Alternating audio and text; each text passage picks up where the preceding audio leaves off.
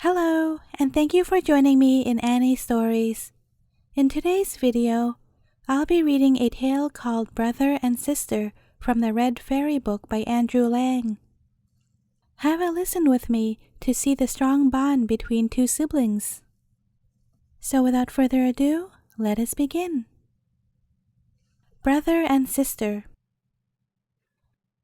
Brother took sister by the hand and said, "Look here, we haven't had one single happy hour since our mother died. That stepmother of ours beats us regularly every day, and if we dare go near her, she kicks us away. We never get anything but hard dry crust to eat. Why, the dog under the table is better off than we are. She does throw him a good morsel or two now and then. Oh dear, if our own dear mother only knew all about it. Come along, and let us go forth into the wide world together." So off they started through the fields and meadows, over hedges and ditches, and walked the whole day long. And when it rained, Sister said, "Heaven and our hearts are weeping together." Towards evening, they came to a large forest, and were tired out with hunger and their long walk, as well as all their trouble, that they crept into a hollow tree and soon fell fast asleep. Next morning, when they woke up, the sun was already high in the heavens, and was shining down bright and warm into the tree. Then Brother said, "I'm so thirsty, Sister. If I did but know where to find a little stream, I'd go and have a drink. I do believe I hear one." He jumped up, took Sister by the hand, and they set off to hunt for the brook. Now their cruel stepmother was in reality a witch, and she knew perfectly well that the two children had run away. She had crept secretly after them, and had cast her spells over all the streams in the forest. Presently, the children found a little brook dancing and glittering over the stones, and Brother was eager to drink of it, but as it rushed past, Sister heard it murmuring, "Who drinks of me will be a tiger. Who drinks of me will be a tiger." So she cried out, "Oh, dear brother, pray don't drink, or you'll be turned into a wild beast and tear me to pieces." Brother was dreadfully thirsty, but did not drink. "Very well," said he, "I'll wait till we come to the next spring." When they came to the second brook, Sister heard it repeating too, "Who drinks of me will be a wolf. Who drinks of me will be a wolf." And she cried, "Oh, brother, pray don't drink here either, or you'll be turned into a wolf and eat me up." Again, Brother did not drink, but he said, "Well, I'll wait a little longer till we reach the next stream, but then, whatever you may say, I really must drink, for I can bear this thirst no longer."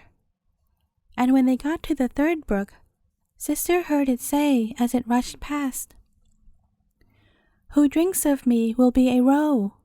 Who drinks of me will be a roe."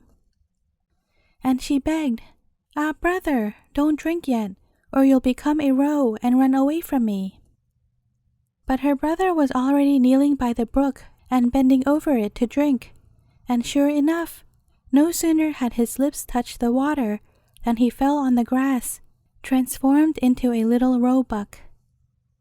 Sister cried bitterly over her poor bewitched brother, and the little roe wept too, and sat sadly by her side. At last the girl said, "Never mind, dear little fawn, I will never forsake you," and she took off her golden garter and tied it round the roe's neck. She then plucked rushes and plaited a soft cord of them, which she fastened to the collar. When she had done this, she led the roe farther and farther right into the depths of the forest. After they had gone a long, long way, they came to a little house, and when the girl looked into it, she found it was quite empty, and she thought, "Perhaps we might stay and live here." So she hunted up leaves and moss to make a soft bed for the little roe, and every morning and evening She went out and gathered roots, nuts, berries for herself, and tender young grass for the fawn. And he fed from her hand, and played round her, and seemed quite happy. In the evening, when sister was tired, she said her prayers, and then laid her head on the fawn's back, and fell sound asleep with it as a pillow. And if brother had but kept his natural form, really, it would have been a most delightful kind of life. They had been living for some time in the forest in this way, when it came to pass that the king of that country had a great hunt through the woods. Then the whole forest rang with such a blowing of horns, baying of dogs, and joyful cries of huntsmen, that the little roe heard it, and longed to join in too. "Ah," said he to sister, "do let me go off to the hunt. I can't keep still any longer." And he begged and prayed, till at last she consented. "But," said she, "mind you, come back in the evening. I shall lock my door fast, for fear of those wild huntsmen.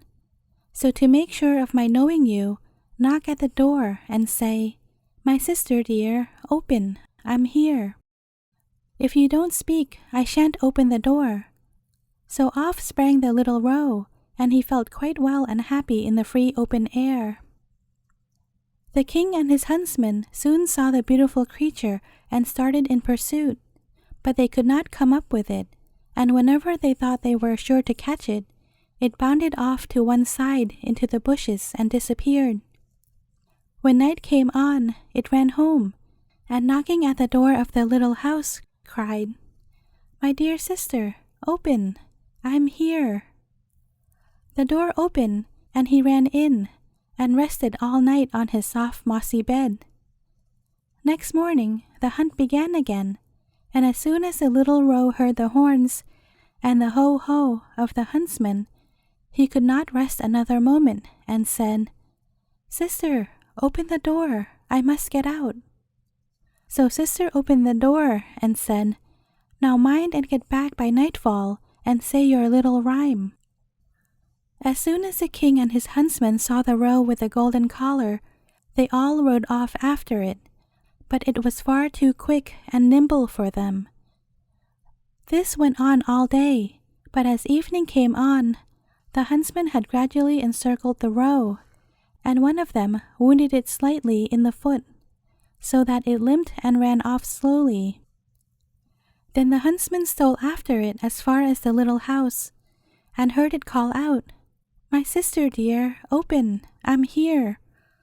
And he saw the door open and close immediately the fawn had run in.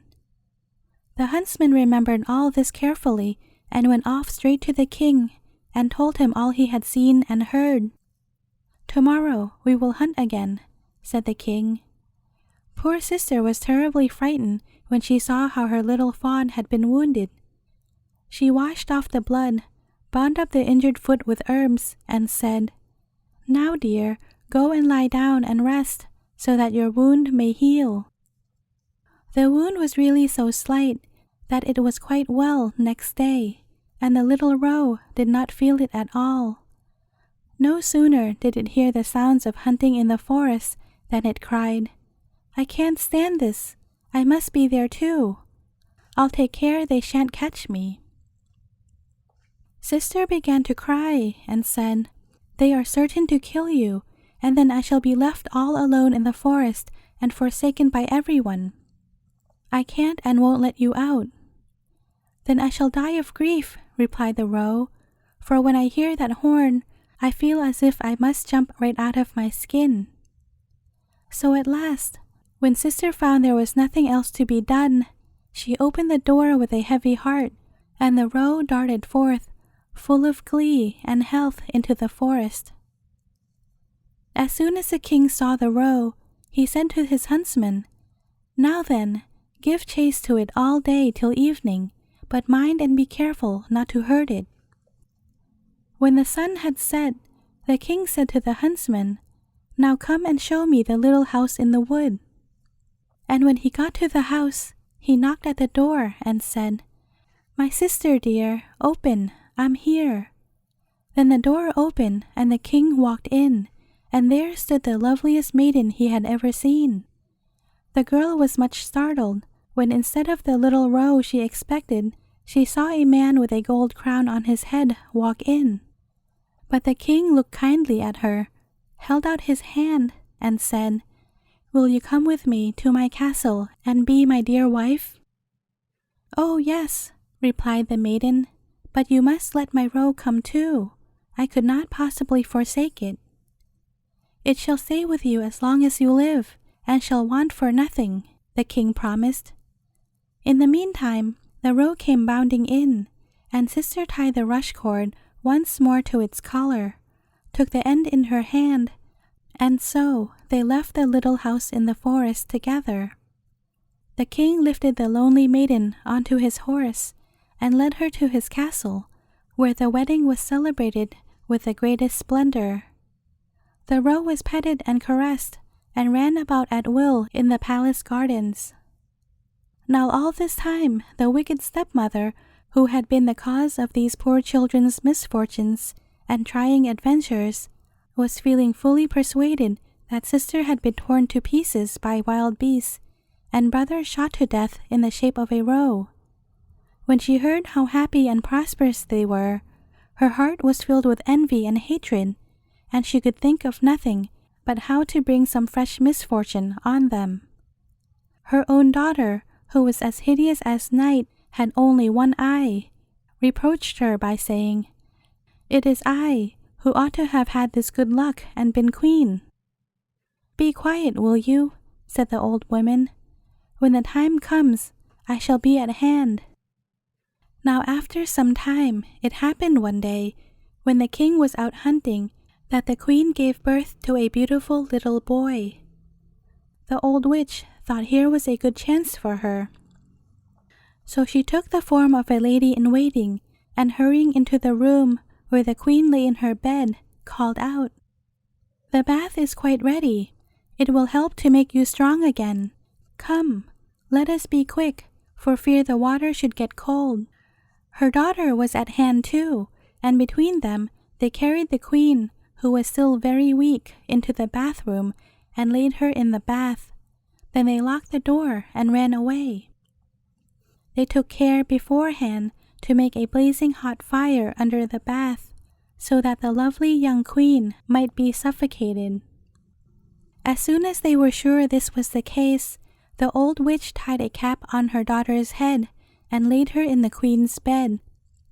She managed, too, to make her figure and general appearance look like the queen's, but even her power could not restore the eye she had lost. So she made her lie on the side of the missing eye, in order to prevent the king's noticing anything. In the evening, when the king came home and heard the news of his son's birth, he was full of delight, and insisted on going at once to his dear wife's bedside to see how she was getting on. But the old witch cried out, "Take care and keep the curtains drawn. Don't let the light get into the queen's eyes. She must be kept perfectly quiet." So the king went away and never knew that it was a false queen who lay in the bed. When midnight came and everyone in the palace was sound asleep, the nurse who alone watched by the baby's cradle in the nursery saw the door open gently, but who should come in but the real queen? She lifted the child from its cradle, laid it on her arm, and nursed it for some time. Then she carefully shook up the pillows of the little bed, laid the baby down, and tucked the coverlet in all round him. She did not forget the little roe either, but went to the corner where it lay, and gently stroked its back. Then she silently left the room. And next morning, when the nurse asked the sentries if they had seen anyone go into the castle that night, they all said, "No, we saw no one at all." For many nights the queen came in the same way, but she never spoke a word, and the nurse was too frightened to say anything about her visits. And after some little time had elapsed, the queen spoke one night and said, "Is my child well? Is my roe well? I'll come back twice, and then farewell." The nurse made no answer, but as soon as the queen had disappeared, she went to the king and told him all. The king exclaimed, "Good heavens, what do you say? I will watch myself tonight by the child's bed." When the evening came, he went to the nursery, and at midnight the queen appeared and said, "Is my child well? Is my roe well? I'll come back once, and then farewell." And she nursed and petted the child, as usual, before she disappeared. The king dared not trust himself to speak to her, but the following night he kept watch again. That night, when the queen came, she said, "Is my child well? Is my roe well? I've come this once, and now farewell." Then the king could restrain himself no longer, but sprang to her side and cried, "You can be no one but my dear wife." "Yes," she said, "I am your dear wife." And in the same moment she was restored to life, and was as fresh and well and rosy as ever. Then she told the king all the cruel things the wicked witch and her daughter had done. The king had them both arrested at once and brought to trial, and they were condemned to death. The daughter was led into the forest where the wild beasts tore her to pieces, and the old witch was burnt at the stake. As soon as she was reduced to ashes, the spell was taken off the little roe, and he was restored to his natural shape once more. And so brother and sister lived happily ever after. The end. Thank you for listening. Do consider subscribing if you haven't already done so. There are over hundreds of wonderful stories that you can have a listen to in my channel. Thanks in advance for all your support, and I will see you again tomorrow.